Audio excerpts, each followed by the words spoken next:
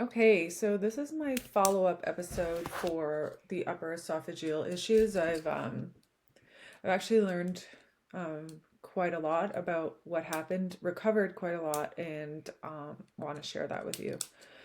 So, if you didn't listen to the last episode, what had happened was I had taken an oil of oregano, felt like it didn't go down my throat. It was a gel cap, and lost the ability to swallow and had food stuck in my throat numerous times. Had excruciating pain, acid coming up, inability to sleep, inability to eat any solids, inability to swallow any pills, and it came on suddenly. Um, I was really nervous that it was a sign that there was something very scary in the esophagus or stomach, but on further um, testing, nothing showed up on my MRI, by the way. Nothing showed up on my CT scan. Although I was convinced myself I had a hiatal hernia based on my symptoms, based on some food getting stuck different times during my Lyme disease issues and the changes that can have on swallowing. Um, However, I knew there had to be something else underlying for this to occur. So they did the endoscope, and I had to wait. I got that done early November, and I didn't get my results until December 31st, which is crazy, or the 30th. And I mean, I had recovered quite a lot even before I went for the endoscope. And then during the endoscope, they perform a biopsy to rule out changes in the cells. So things like eosinophilic esophagitis, which is usually parasites or, very bad allergies or just chronic reflux. They rule out things like Barrett's esophagus. I think they test for things like H. pylori. They test for different types of gastritis. So any like kind of chronic changes in the actual cells. Women might kind of sound that similar as when you get a pap smear where they see if cells have changed from a healthy cell to a less healthy cell. So none of that came up as positive. However, the doctor that performed the surgeon that performed the endoscope did see that it was inflamed acutely, right? So he could see how red and raw it was. He even spoke to me after and told me after the biopsy not to eat anything but clear liquids for 4 days. Whereas everybody else that went in where theirs didn't look as bad, they just had to eat liquids for the rest, use just liquids for the rest, clear liquids for the rest of that day.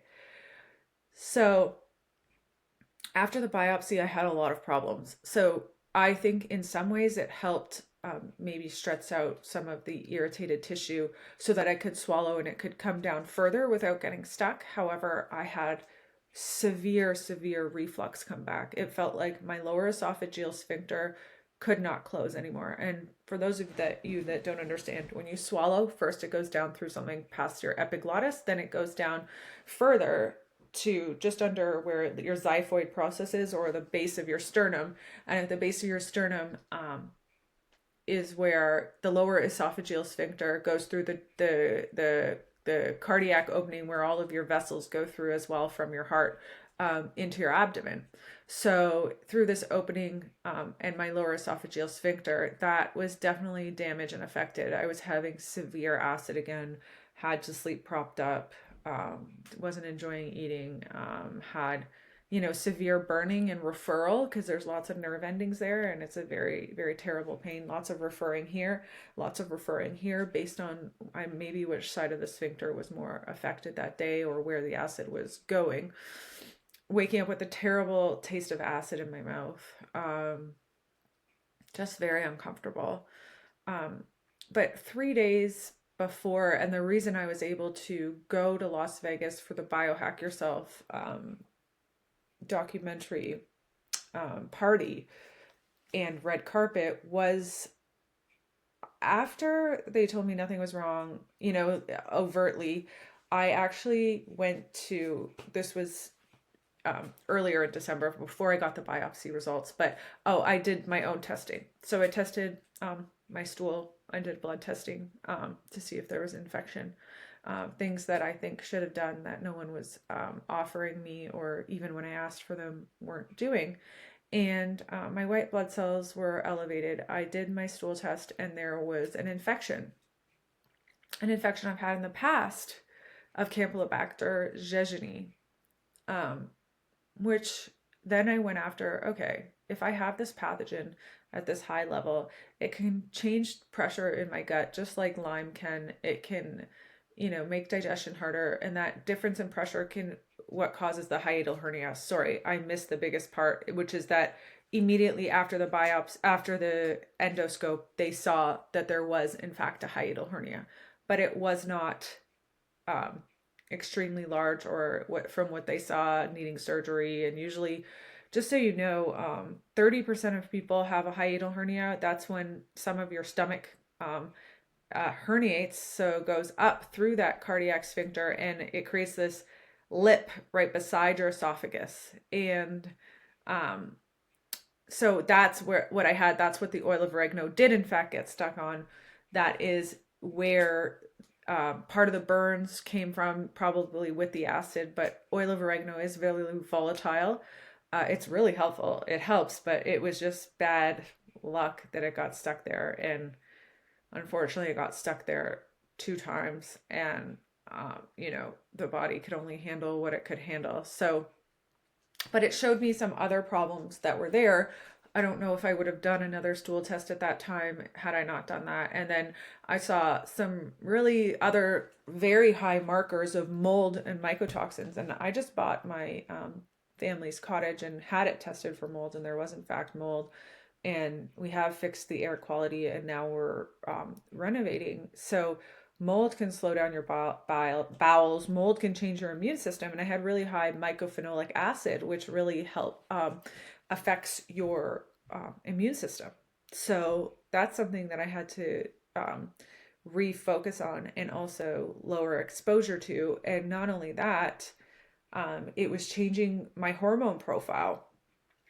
So beta glucuronidase is an enzyme made, and it's beta glucuronidase producing bugs in your gut make you recirculate toxic estrogen. And I definitely was having some estrogen toxicity symptoms, which can also change lymphatic motion through your body. It can change your histamine production and create more histamine. So now I'm working on getting that beta glucuronidase down and getting those bad bugs out. So one of these things that changed the game for me was pH structured silver. And I think I'm going to do a separate podcast just on that. Now, people might Google silver, and I even saw like one influencer like saying that silver was dangerous, which is 100% not true. Everything can be dangerous when it's not used properly in natural medicine. And pH structured silver is one of the safest silvers, not only, and it doesn't accumulate in tissue and cause blue man syndrome, which is also rare, and you have to be drinking a lot of it, and it has to be really concentrated silver. Most silver these days are 30 parts per million, 10 parts per million. Most blue man syndrome comes from impure silver that's silver proteins, not hydrolyzed or colloidal silver that's been structured or so, just like anything, quality matters. So anyways, I did 6 tablespoons of silver a day, very high dose, and it changed the game for me. Within a day I was able to swallow again. So whatever it rebalanced, whatever it killed, it saved me. I started being able to eat solids by the time I was on the plane. After I got off the plane going to Las Vegas on the 12th of December or whatever it was, maybe a little later, but whatever day it was. After 5.5 weeks of barely being able to eat, I started to be able to eat. And I was progressing really well. And then unfortunately on January 5th, 2025, just to start off the new year, I fell down the stairs. And when I fell down the stairs, I jarred my whole back. I landed on my sacrum. It kind of affects everything in your nervous system. And my esophagus went out again. And I had gone down from my dose of 6 tablespoons a day to just 1 tablespoon twice a day of silver, along with other things I was using to help heal the esophagus. So things like zinc carnosine that was in my GI Revive, DGL, slippery elm I drank like crazy, but there was this suspicion that a lot of it was structural because those things weren't really helping. They weren't really soothing, but what would help was be work on my abdomen. So Leah worked on my abdomen. I worked on my own abdomen. My sister worked on my abdomen. Nathan worked on my abdomen. Then I worked on other parts of my body. Another osteopath worked on my abdomen and on my diaphragm. And those nights I would have these amazing sleeps without acid coming up. And then when I fell down the stairs and all of this came back, I realized how structural it was. And getting my rib cage treated, opening up my hips, working on these fascial lines, um, is what gave me relief, where I felt like finally the esophageal sphincter was closing. And because I didn't have that constant acid coming up, because until the last few nights since the fall, I haven't been able to lay flat again.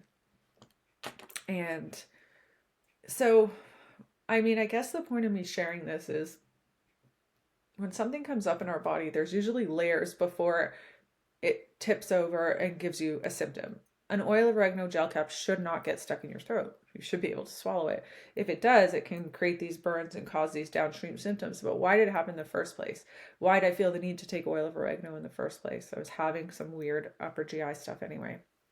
So I think I just share this because I want you to be curious. I want you to understand also when you treat something, there's an internal component. I mean, I used breathwork meditation, but there's also the structural component, which I feel like is missed a lot. And even people that work structurally don't understand how to treat you properly. And maybe that's our next goal after our lymph course, is to just get people better at understanding these structural components, and also not gatekeep information like other really, really great therapists do, because, they don't want the competition or whatnot.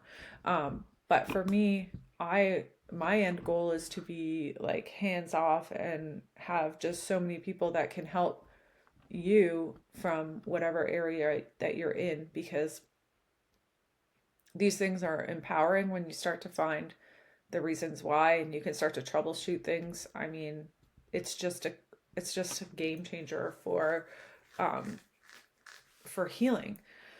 I don't want to miss other things that were really important and really helped me. And honestly, so something, if you have esophageal burns or a really hard like esophagus problems, is mint. Any type of mint. Peppermints were my best friend to, contradict that fire. What I started doing, because I was still taking a lot of supplements for Lyme and I couldn't swallow them, so I'd be making a shake. And in that shake, anything that was to be taken with food, I would put all in there. I would just open the capsules. And so that could get those supplements into me as well. I used methylene blue, like I talked about, because it helps corrosion in animal studies that they've done, where they burned the poor animals' esophagus with hydrochloric acid, and then used methylene blue to heal it. So that definitely helped me, and it helps with other things and supports your mitochondria. So I've been using that. I used a lot of NAG and MSM and Boswellia to heal. I found those had made the biggest change. Melatonin. I did high dose melatonin, and there's some studies of using that with a PPI and high dose melatonin to help shut the lower esophageal sphincter. I did not take a PPI through all of this. I did take Pepsid AC, which is the over-the-counter H2 blocker, so it actually helps with some histamine, and I did notice some histamine stuff getting better. So PPIs you have to swallow. They're enteric coated, and they have to go into your bloodstream. They have to be absorbed in your small intestine. Whereas Pepsid AC, it can be dissolved in water or chewed, which I wouldn't suggest. And then I was drinking it because I couldn't swallow pills, and I had to use that as a crutch when I was really burned. And then also after the biopsy, I tried to use it as short term and as low a dose as possible, but it was a tool that I used that I was very thankful for. I also used a lot of topicals to help clear stuff. So I used castor oil over my whole neck, over my belly, over my chest. And that was relieving. I also used some other lymph moving things like breast oil, GC MAF. I'm trying not to miss anything. I tried to do the whole grounding, get outside. I was walking up a hill. It was helping my stomach contents move down, and even running up a hill when I didn't feel good. And, I tried the whole thing in the morning for the hiatal hernia where you drink something warm and then you go up on your toes and quickly go down on your heels. But I didn't find that that helped as much as going up and down a hill. I chewed a lot of chlorella since I couldn't take binders how I wanted, and I actually like burned my throat a little bit when carboxy humic and fulvic binder didn't dissolve properly in the water. So I started just doing Toxaprevent, which is a zeolite offshoot, and it also binds the type of mycotoxin that came up. And then I've been using a lot of chlorella. Chlorella is amazing. I might do a whole episode on chlorella as well. Um, so, and then for the people that can't use chlorella, we can actually explain why, and use spirulina first, and then yeah, so that's a whole other thing. Oh my gosh, the ASEA, I've used that religiously, and I do think it's soothing when I take it. I also use their gel, so that's a company that I'm trying to learn more about. And then I used, what else? Oh, glutathione, high-dose glutathione for like the oxidative damage. That was super helpful. I use the Designs for Health one. I know Dr. Nick, who I work with, really likes the Research Nutraceuticals one. But, I found it helpful. And yeah, I mean, I used my tools that we're going to teach you more about. My electric cupper that I use on myself, my Hoolist for vagus nerve stim, I use that. I also like the Truvaga. This one's just sometimes easier on the road.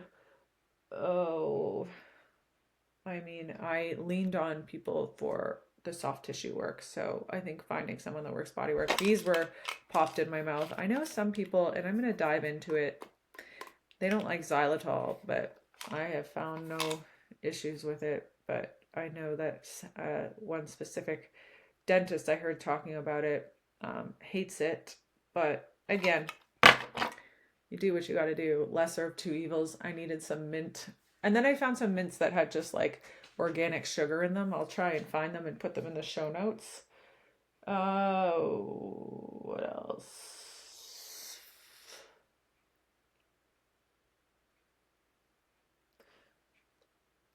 I think that's mostly it. Oh, the high dose melatonin. How did I use that? Melatonin, I'm going to do, I think I'm getting all these ideas, but I can do a whole episode on melatonin too, the melatonin reset, which I used to use a lot. It helps the whole nervous system. But melatonin is a powerful antioxidant, antiviral, antifungal, brain cleaner, brain lymphatic system cleaner, and oxidative damage quelcher. So I already said that with antioxidant, but melatonin, which also crosses the blood-brain barrier, I mean, you can use it in very high doses to have different effects other than just sleeping. And most people have reactions to melatonin is because it is creating some sort of detox, because it is probably helping in some way. So you can microdose it. Luckily, melatonin works well for me. I did 5 milligrams of melatonin 7 times a day for some of the days.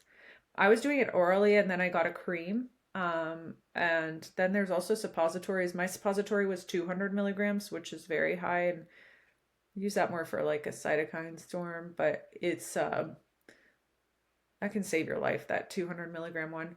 But it's a slow release one, so I didn't use that suppository. Although now that I've done that higher dose, I might feel more comfortable using it. But Dr. Klinghardt has one, a protocol, and anyways, that helped a ton. Yeah, it helped me a lot, a lot. And then limonene has some. That's the squeeze of the orange peel. Dr. Nick gave me that idea, and I already had a limonene open, so I used that as well, and I definitely saw a difference. And that was like closer to the end where I was almost healed, so I wish that I knew that earlier. But nonetheless, it's another tool in our tool belt for healing upper GI issues.